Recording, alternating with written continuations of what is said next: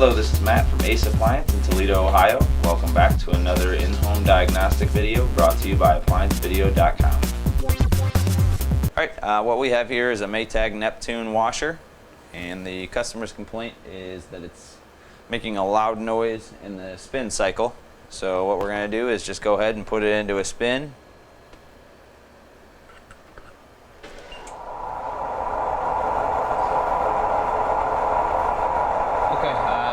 It's not even at its full high-speed spin yet, but it's definitely a bad rear bearing on this.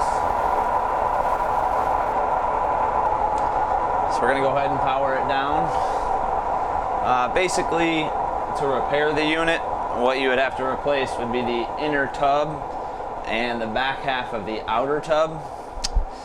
It's a very expensive repair. The parts are very expensive on this machine, and it is very labor intensive, so the majority of people would typically replace the unit at this point because it's not really a cost-effective repair.